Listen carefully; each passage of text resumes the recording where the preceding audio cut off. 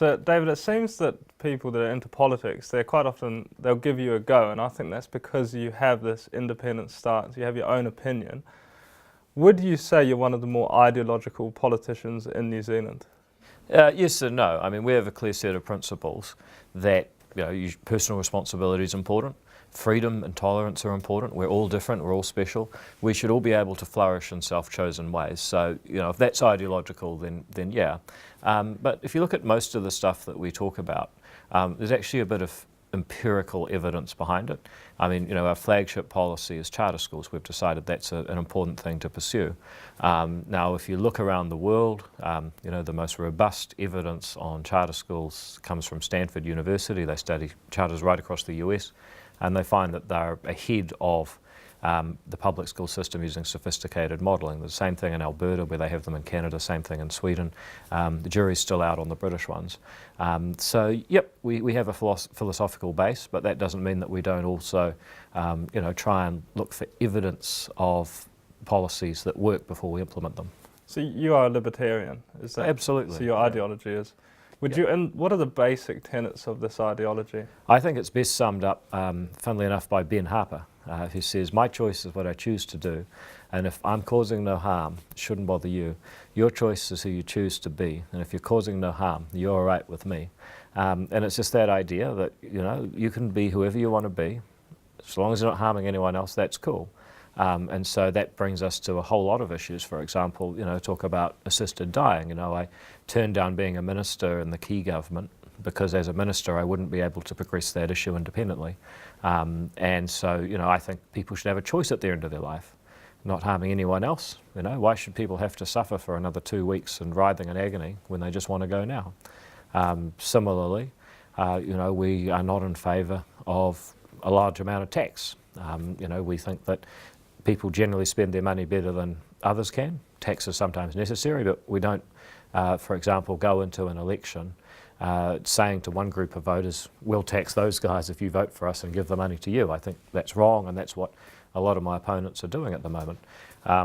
So, our sort of freedom and choice agenda allows people to use their land, use their bodies, use their lives as they see fit, so long as they're not hurting anyone else in the process. How do you, in this instance though, how do you stop intensification leading to potentially poverty being piled up on itself? Yeah. Well, we've seen it here. We've had a lot of state houses knocked down and built because of the demand and supply issues of the earthquake, and we've seen the intensification of a lot of housing in New Zealand properties, and we're seeing crime increase in these areas. Well, I think there's two issues there. I mean, one is that the government has been a terrible manager of the housing stock.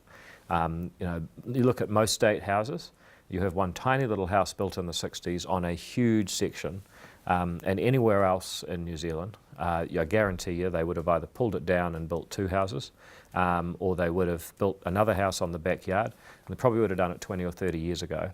Now, of course, in Christchurch, nature gave the destruction process a bit of a hurry up, and so it's all happened very quickly, but you've still got the same fundamental problem that the state doesn't care. The state's not spending its own money, it's spending your money, and it tends to lead to bad outcomes, whereas a private landlord would have said, geez, I don't know if this is going to work, I might end up losing my investment because I'm going to get crime problems or whatever. So, the main thing I would say is that it's not necessarily a problem with intensification. Some of the most beautiful urban areas in the world, downtown Rome, are quite intense. But, the problem is state management. They're terrible managers of property. I want to turn to some government policy that hasn't been really talked about in this election, but it does affect people's lives, and that is tobacco and the cost of tobacco. I'm a smoker, most of my friends are smokers, and to me it's obvious why dairies are being robbed. You've drawn the parallels. Will you bring this up into the public forum more? Will you challenge the government over this policy? Yeah, I've done that I've taken many opportunities to do that. I believe that the doubling of tobacco tax in the last 7 years has been a failure. Smoking rates have not significantly reduced. What has happened is that some of the poorest people in New Zealand have had huge amounts of money taken out of their households. The average smoker, someone on a benefit, is paying an extra $28 a week in tobacco tax. Well, that wipes out the $25 benefit increase straight away. Absolutely. It wipes out half the increase in minimum wage in the last 6 or 7 years, and it's overwhelmingly poorer people who smoke. And Maori. Yep, and overwhelmingly Maori, absolutely. I mean, the Maori Party have totally failed in their mission to help Maori. I estimate about a third of smokers are Maori, about a third of tobacco tax is paid by Maori. So they've gone from about $350 million to about $700 million worth of tax in the past 7 years. And so the Maori Party have basically been an ATM for the National Party.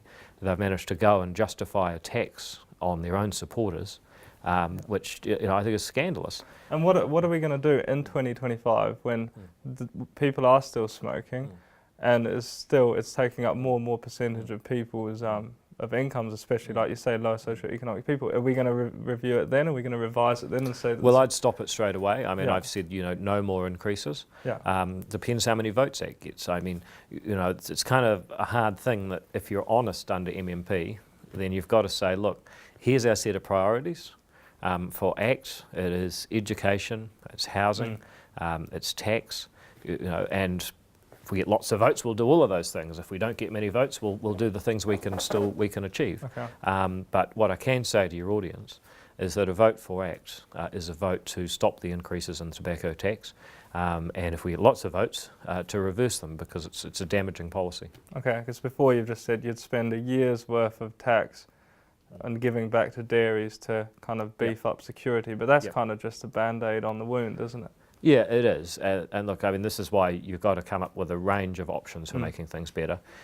If we could use the next 10% increase, which is going to be around about $200 million, give it to the dairy owners who have effectively been put in harm's way as the government's tax collector, then we would do that. Better still would be to reduce the taxes and stop the black market and stop the theft. Right. What's it been like having this insight into a national government? Frustrating. They don't really have a vision. They look down on people with visions. They think that, easy does it, manage yourself through to the next month or the next year, and that's all you need to do. And that's why we have such a big housing problem now. They have not taken any decisive action. They've been quite happy to allow the current policy settings to continue, and it's pushed up the price. It's impoverished the poorest people in New Zealand, and they haven't been prepared to stick to what should be their principles of fighting red tape and bureaucracy that caused the problem. Did you feel complimented by Stephen Joyce saying that you'd be the designated survivor? I'm not sure that was meant as a compliment, to be honest. But look, I mean, we work with them. What we've achieved with partnership schools has been great, but by and large, they don't really have much of a vision of their own, and that's why I think ACT is a critical part of a centre-right government. If you don't want to pay all Helen Clark or Jacinda Ardern taxes, then you have to actually get a centre-right government. But if you want it to have some vision, you've got to vote for ACT. And you've talked about corporate welfare in New Zealand and with the National Party. How do you propose about cutting this back? Well, I'll just give you a simple example, is that we give tens of millions of dollars to businesses like Rocket Lab. Now, Rocket Lab is a huge success story. They've raised many millions, hundreds of millions, if I remember correctly, off the capital markets in America. They've got serious ability to raise capital. Why does the government then give them another 5 or 10 million? Is it because they really couldn't have got another 5 or 10 million to add to the tens or hundreds they've raised elsewhere? No, it's because basically if you're the Minister for Economic Development, which was Stephen Joyce and is now, I think, either Simon Bridges or Paul Goldsmith, your job is to get out there every day and make sure that there are photographs in the local paper of a national minister bringing jobs and prosperity and cool stuff to your area. And so, Stephen Joyce gets to get his picture taken by a friggin' space rocket. I mean, there's no better photo opportunity than a space rocket. So, that's what it's all about. And so we could cut about $1.5 billion bucks worth of expenditure, which is that type of expenditure. Government giving money to business for photo ops, basically. One of the more controversial things that you've spoken about and activists spoken about is to do these radical views on people from a lower socio-economic background having children.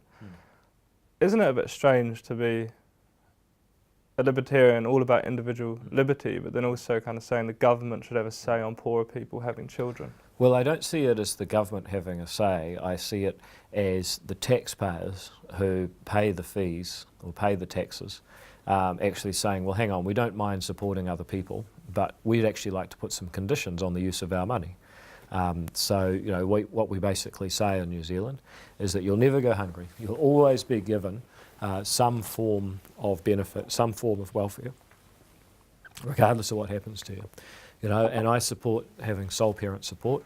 You know, if you have a partner who's abusive or runs out on you, or you don't know who the partner was, I mean, any number of things that can happen to people who least expect it. And I think they deserve support. On the other hand, you know, people pay taxes for that in the belief they genuinely are helping people in need. Someone comes along and says, you know what, I'm going to have 9 kids while I'm on a benefit. And there are cases of people that have done that. Well, that actually erodes the taxpayer's trust and their willingness to give. So, yep, it restrains your freedom a bit. You know, you actually have conditions on receiving this money. But just remember that it was the taxpayer's money in the first place. But what do these conditions look like? So income management is something that is probably actually best described as what they're doing in Australia now, which is cashless welfare. You know, they give you a card that allows you to buy and purchase certain things. So your rent gets paid directly, your utilities get paid directly, your card allows you to buy groceries, allows you to buy, say, children's clothes. It doesn't allow you to buy cigarettes, for instance. Okay. You know, I think you're free to smoke cigarettes, but I think you should actually have to go out and earn money, pay tax, and then you can buy them if you want. I don't think you should be able to you know, basically take other people's money through the tax system and then spend it on yourself on things that those people probably wouldn't have given the money if they'd known that's what it was for. Right. Well, thank you, David. Thank you very much, Joe.